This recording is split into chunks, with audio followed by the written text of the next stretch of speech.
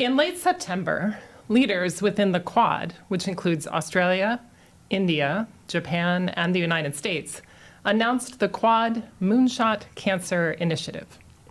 Now, the Quad is the informal name for the Quadrilateral Security Dialogue, which was launched nearly 20 years ago following the Indian Ocean tsunami in December of 2004.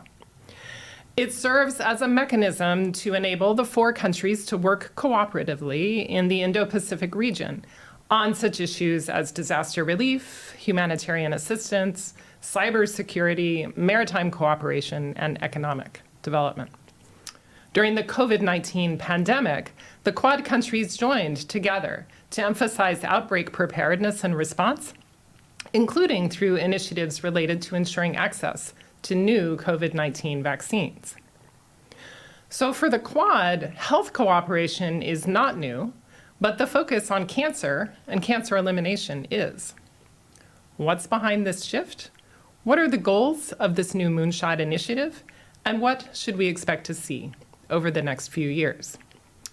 Joining me today to discuss the Quad Moonshot Cancer Initiative is Erin Murphy, Senior Fellow and Deputy Director of the India and Emerging Asia Economics Program at CSIS.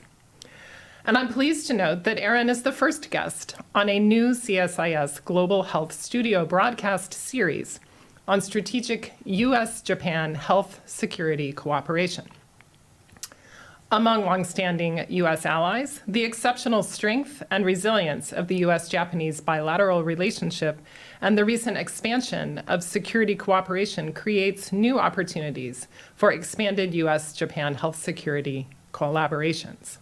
This studio broadcast series, Strategic U.S. Japan Health Security Cooperation, produced by the CSIS Bipartisan Alliance for Global Health Security, really aims to highlight areas of mutual health interest between the United States and Japan and offer future opportunities to expand the U.S.-Japan alliance and regional health security.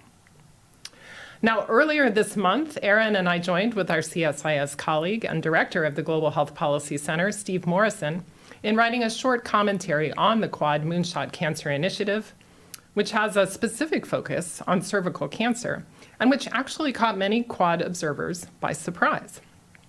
So Erin, thanks for joining me today, and let's dive in. I want to start with the Quad. You've been a Quad watcher for a long time.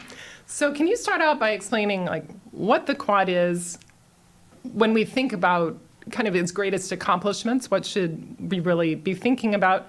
And how has health kind of fit into the mix over time?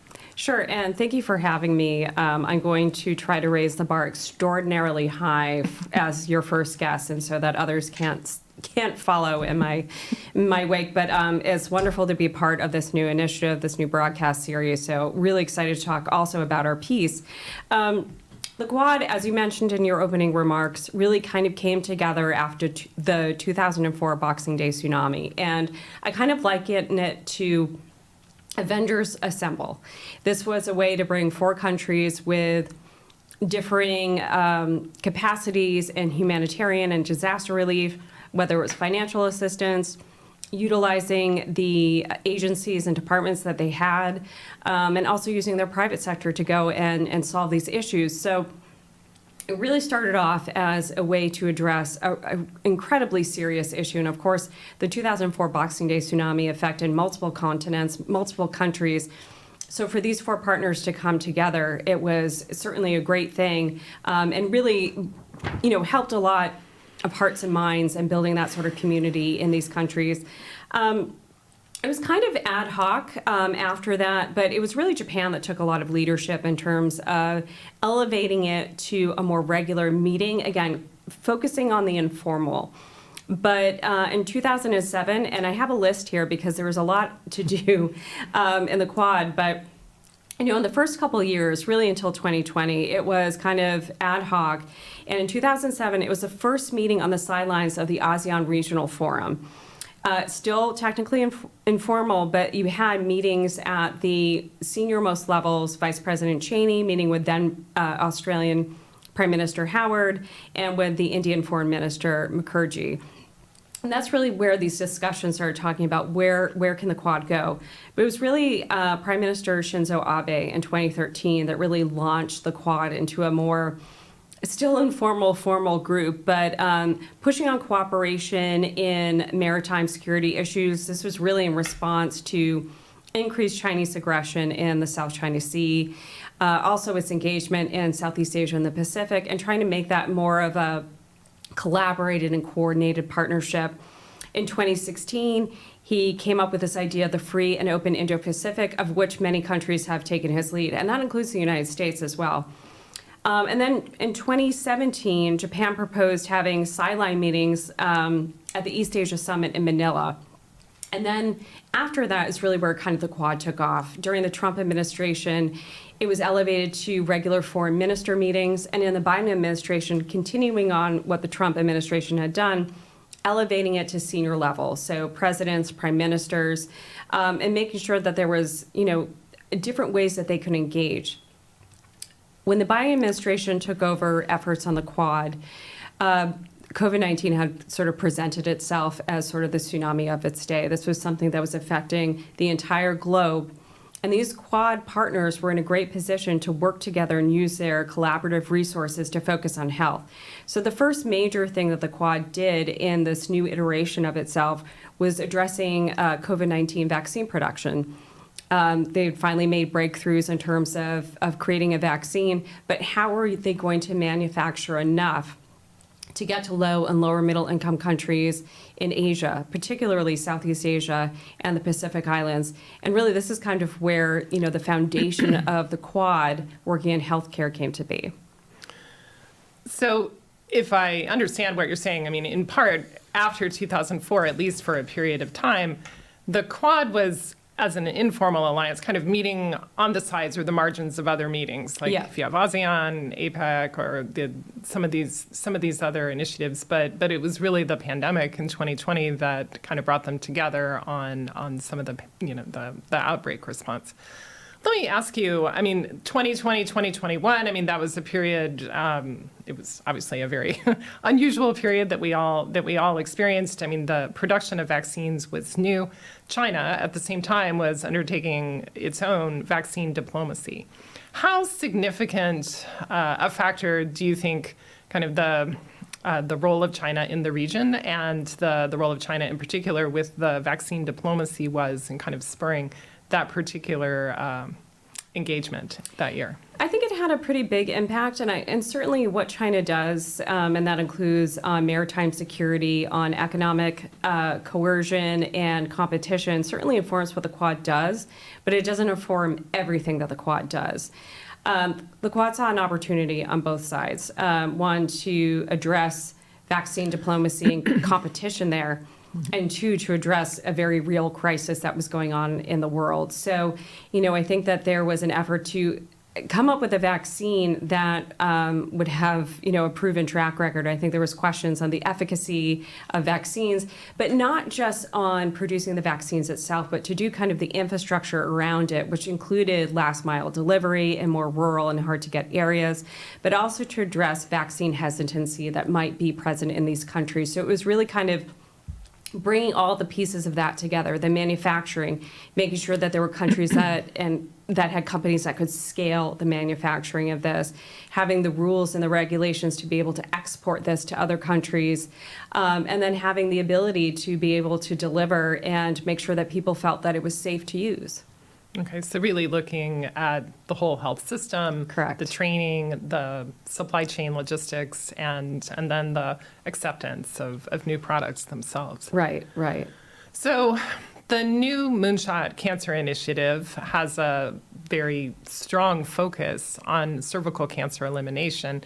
And of course, HPV vaccines are an important element of that. Human papillomavirus is strongly linked with cervical cancer, but the initiative is not just about vaccines. There's, in the material that's been shared about it, I mean, there's a very strong emphasis on improving diagnostic capabilities, access to some of the new HPV, tests that are, much more effective in providing information and also treatments. So let me ask you if you can say a bit about how did the Quad come to take this on? I mean, this seems a little bit far afield from pandemic preparedness and response. So how do you see that it really came to kind of embrace this set of topics? It's kind of a coalescing of certain things. I think COVID was also a coalescing of things. It was, you had 4 partners that had the right tools, whether it was economic, technical, scale, to bring together to address that kind of issue. And I think we have it here as well, building on the foundation of the Quad partnership, following the vaccine initiative, the Quad created the Health Security Partnership, and this was really meant to do more on the pandemic and the epidemic issues, data surveillance, making sure that we get ahead of the next pandemic. But what the Quad also, I think, takes advantage of is seeing the work that's already out there and seeing how they can build onto it.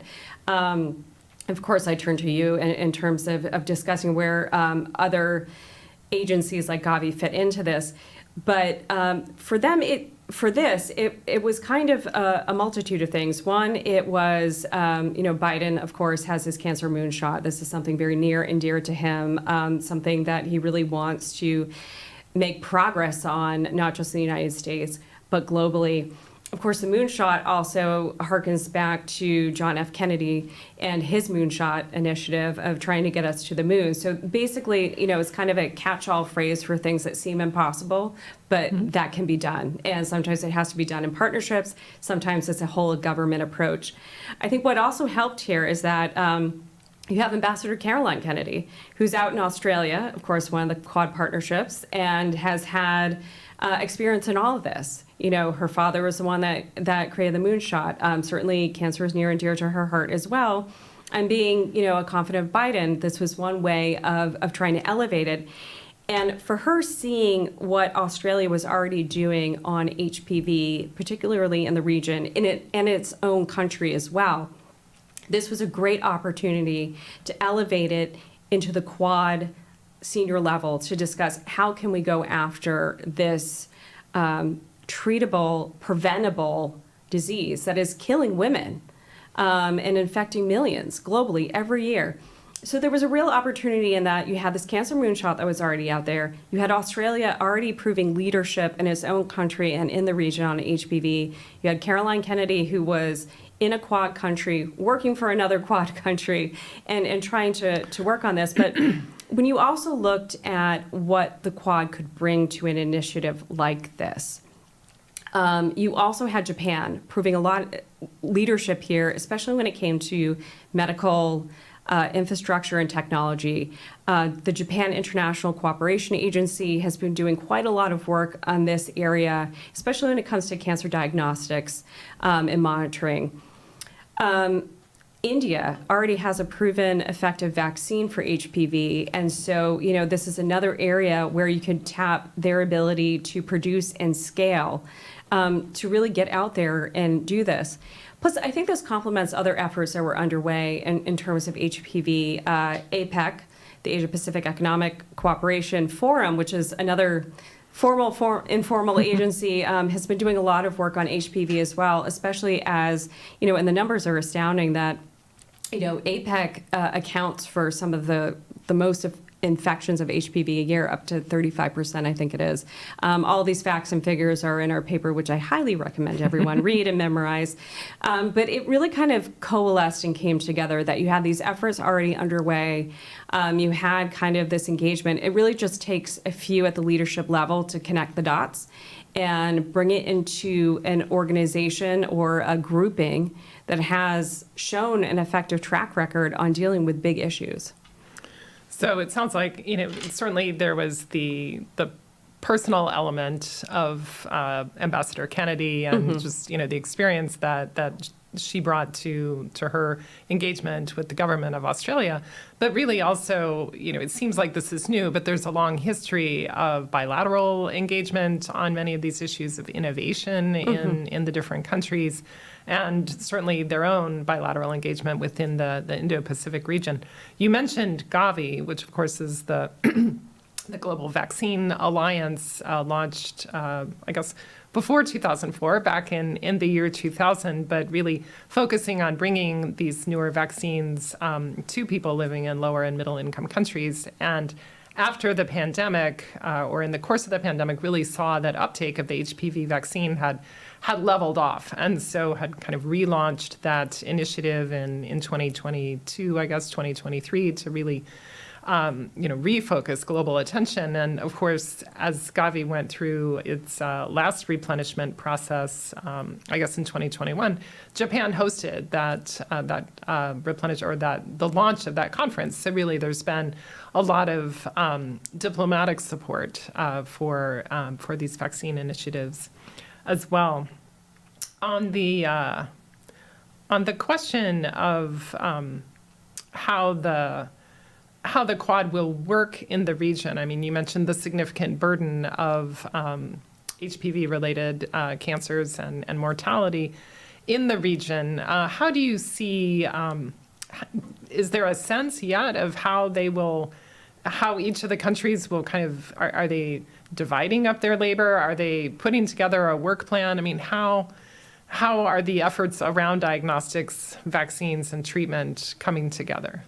So I think what the Quad has done well, and maybe it's been trial and error, but I think what they do is they look at a project, at an initiative, and are really focused on where their particular strengths lie. It's not everyone jumping for credit to do this or everyone going to the shiny object. And I think that is so crucial for any sort of initiative, any sort of project, whether it's an infrastructure project or it's something like the Cancer Moonshot, that you really have to kind of find your lane and make sure that it complements and that you have good coordination mechanisms. So I think the Quad already has that in place, from the vaccine partnership to deal with COVID, but then also the expanse of what the Quad does. I mean, they're not just doing healthcare. This, I think, has been the most visible thing that they've done.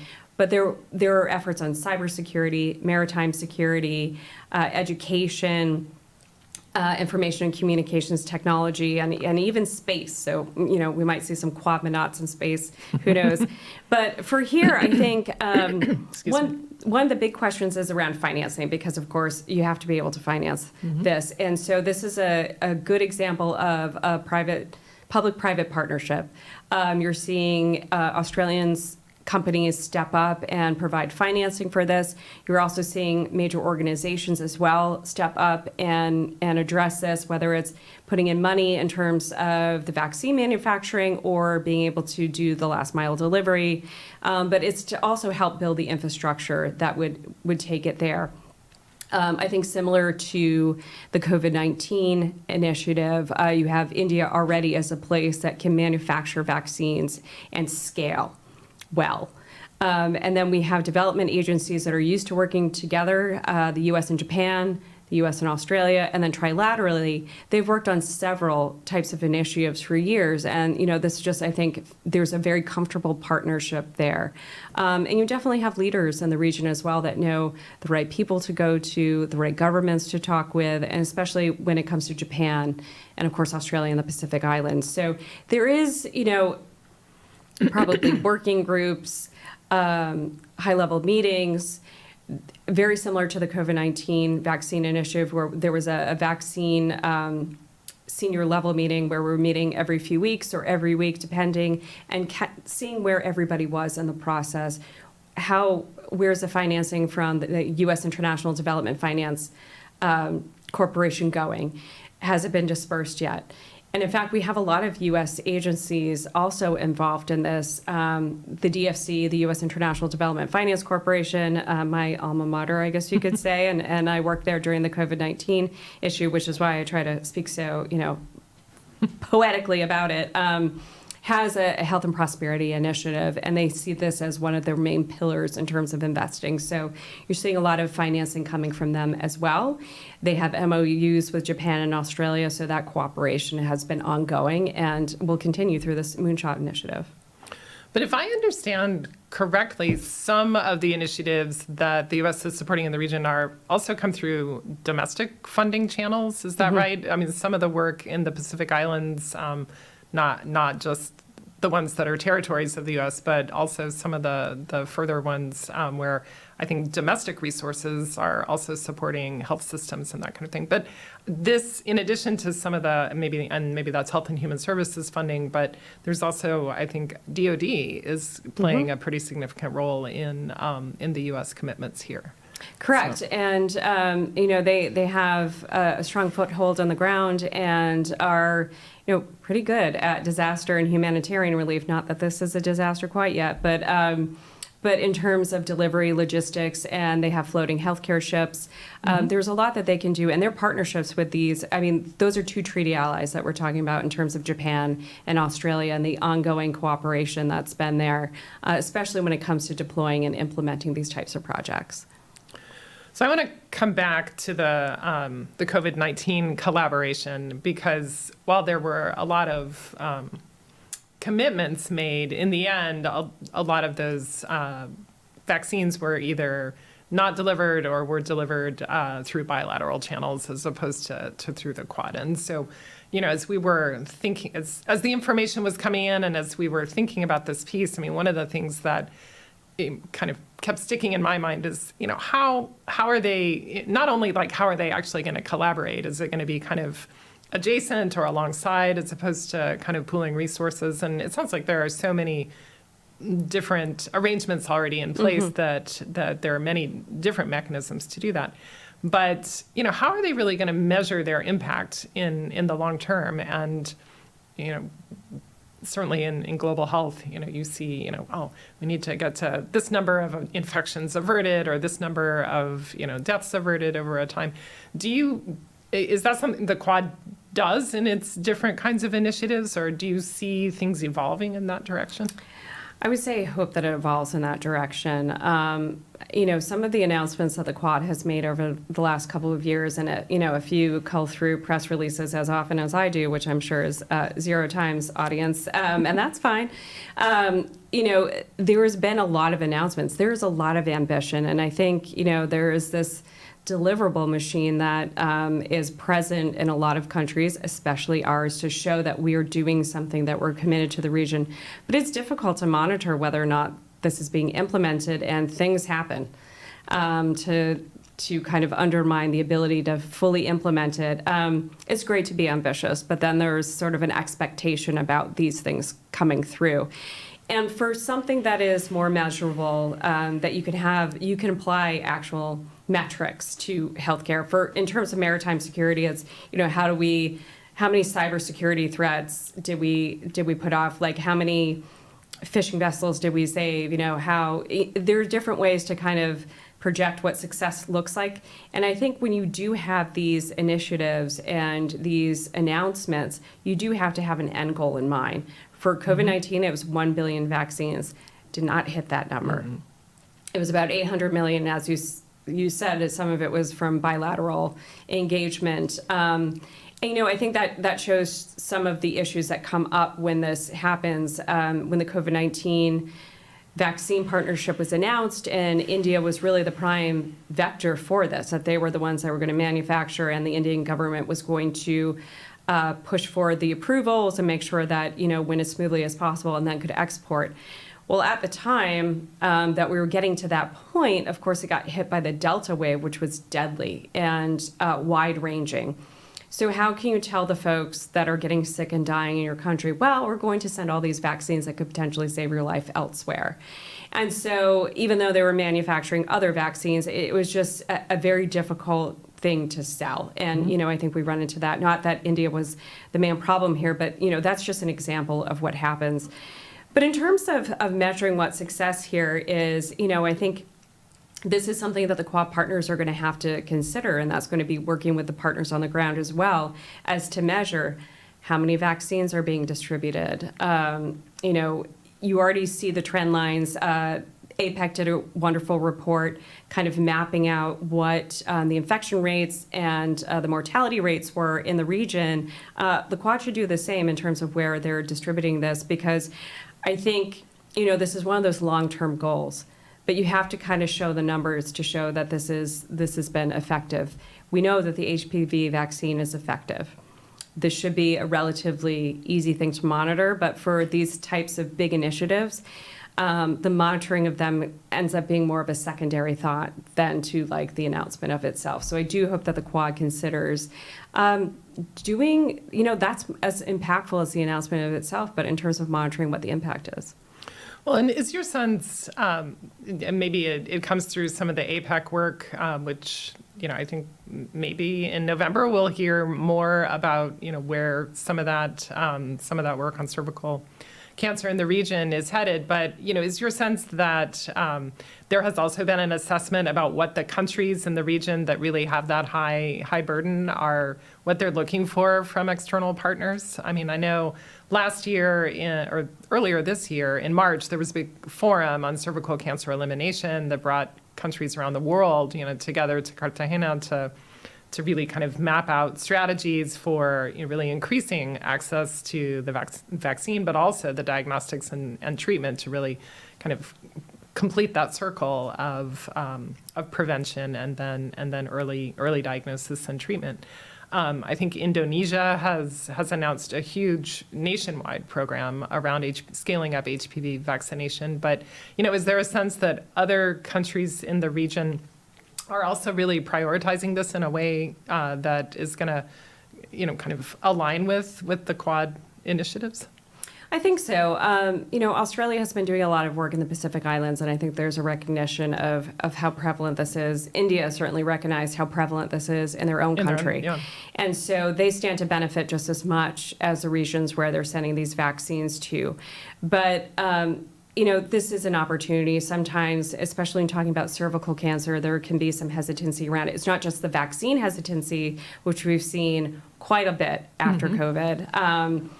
And then there's that public health education campaign that needs to be put out there, whether it's safe, if it's effective. Japan has gone through this as well when, the initial deployment of its HPV vaccines, there were a lot of questions about what the side effects were. Women and girls were suffering from a range of symptoms. And so it kind of put the HPV vaccine deployment on hold for a bit. So, these are the types of things that, we're going to have to work through in terms of educating both the government, and any of the partners that are working. And that includes, the NGOs, civil society, and public health infrastructure on the ground and getting that out there. But I think that there is an openness to this. I mean, if Indonesia is on board, they're the fourth largest population in the world. And so, just targeting that. And of course, India that's recognizing that this is a huge issue. So you have 1.5 billion people already that you're targeting and what an impact that could have. But there will be a lot of lessons learned. This will not be perfect.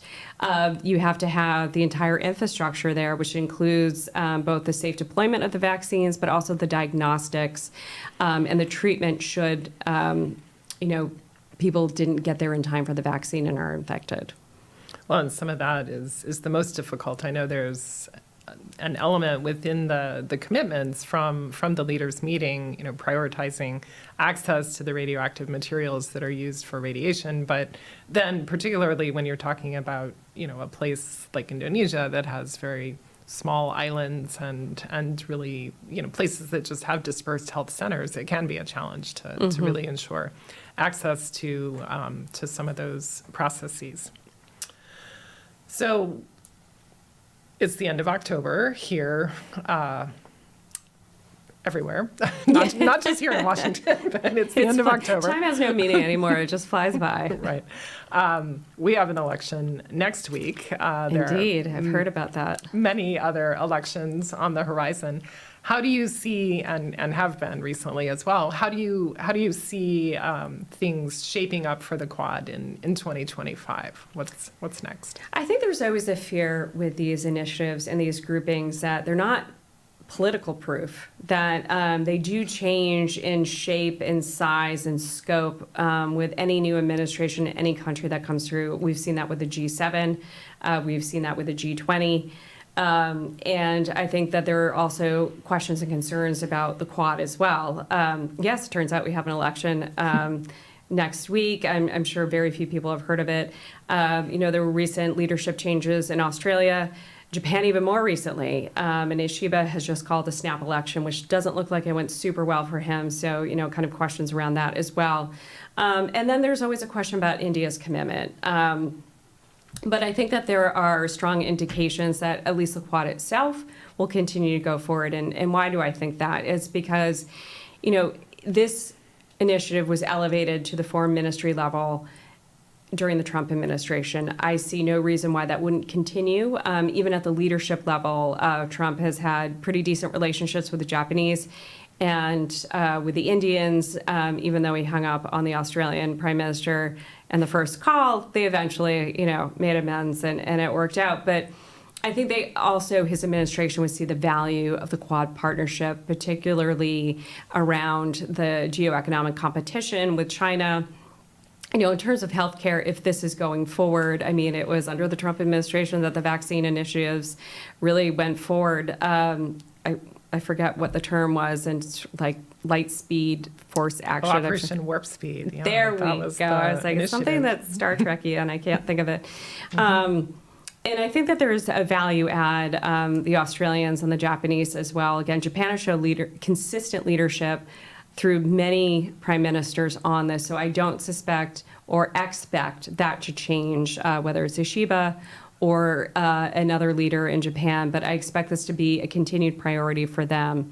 For India, they were supposed to host the senior level meeting this fall, and then it was held in Delaware. And part of that was for logistics reasons. It wasn't because India couldn't host, but everyone was coming here for UNGA. Do we all want to go back and do this, that, and the other thing? So there was an agreement that it just makes sense to do it here. And plus, it would be Biden's last time to host. So, I think that there was a bit of that as well. But India has already committed to hosting meetings for next year. So that shows that commitment is going to continue through 2025. So it's not political proof. But I think, for at least the near future, we're going to see the Quad move forward. And I think you're going to see a building on where the successes have been, especially if you're starting to see data and tangible metrics coming out of the impact that you have. Because what better PR, what better way to counter competition in the region than showing the sort of impact that you're having? So there are, this really came together out of some personal histories and commitments, but a long history of bilateral engagement on health research as well as health and broader economic development cooperation in the region. Was really spurred by the experience of the pandemic, but has brought these four countries together out of both shared kind of domestic experiences with cervical cancer and really an appreciation for the opportunities that new approaches in all three areas, prevention, diagnostics, and treatment, afford, but also a sense that it's important to engage in solidarity in the Indo-Pacific region. I think potentially we can hope to see, in addition to measurable impact of this initiative, lessons for broader approaches to cancer in the region and hopefully health security within the larger region instead. As you look ahead 10 years or so, will we still be talking about the Quad and health? Do you see these, really being kind of enduring areas of commitment over the long term? I do. And, I think part of this comes from a personal wish that the Quad continues, because I think that they are having an impact. And again, the initial Avengers Assemble for the Quad in 2004 really came out of a place of, we need to do something. We need to help people. And healthcare is just definitely one of those things that crops up as an emergency, but also a place where I think that you can have a lot more efforts. We're already seeing such incredible advances in medical technology using AI. We're starting to see a lot of changes in cancer technology. That's more your space, so I'm not going to start spewing out my WebMD medical jargon and whatever I diagnosed myself with over the weekend, which is several things, by the way. But it's a dangerous thing, that website. But where I think the Quad can be incredibly helpful is that I think what the COVID-19 pandemic showed, everyone became a supply chain expert. And that includes on the healthcare issue. In terms of where the healthcare infrastructure is, it's not just producing vaccines for COVID, but how we're going to continue to manufacture pharmaceuticals, vaccines for other issues like MMRs, childhood vaccines, the flu shot, things that were continuing to be an issue. But also, where can we start manufacturing PPE, medical grade oxygen, just some of your basic stuff. And I think that there was an idea that we need to really diversify the supply chain on healthcare. And the Asia-Pacific region or the Indo-Pacific region is certainly one of those areas where you can do that, where there's, beginnings of this type of technology that you can scale. And of course, the workforce as well. ASEAN has a very young population. You see efforts on pharmaceuticals and vaccine productions in Indonesia, Malaysia, Vietnam, the Philippines. Thailand, of course, has a role to play here as well. And when you think of where a lot of the pandemics and potential epidemics could come from, a lot of them start in that region, unfortunately. So this is really kind of, I think, an area to focus on. But as they're building out this infrastructure, focusing on cancer, there's other efforts as well that they could do and think of that have a long-term impact, like lab strengthening for, agnostic, my medical terms are flying out of my head, but, disease agnostic, ways to monitor, infections and non-communicable diseases. How do we deal with this? Because in some of these regions, you have issues on heart disease, kidney disease, diabetes. That the Quad is in a great place to focus on and maybe start pioneering certain technology, but also getting to those populations that are often forgotten or missed because the infrastructure isn't there, the financing isn't there, or it's just too hard to get to them when you think of the Indonesia archipelago, but also the Pacific Islands. So, I think that in 10 years, there's a great foundation that has been built here. And I think, this is they should take this as a sign that they should continue going forward with this. Well, and if you think about it, cervical cancer is kind of I won't say perfect, maybe isn't the right word, but it's a very suitable bridge. It comes, right. It's an infectious, human papillomavirus is infectious. It's vaccine preventable, but you've also got the potential with this initiative to really expand that whole infrastructure for non-communicable diseases and really disease surveillance as well. So that's right. Really leading to feeding back into that overarching health security Quad initiative. Erin Murphy, Senior Fellow and Deputy Director of the CSIS India and Emerging Asia Economics Program. I have to look at that to make sure I get all the words. It's a new thing, so yeah, we're all learning our new titles here. But thank you very much for joining me today. And it will be very interesting to see what's in store for the Quad and health in the months and year to come. So, thank you so much for having me. Thank you.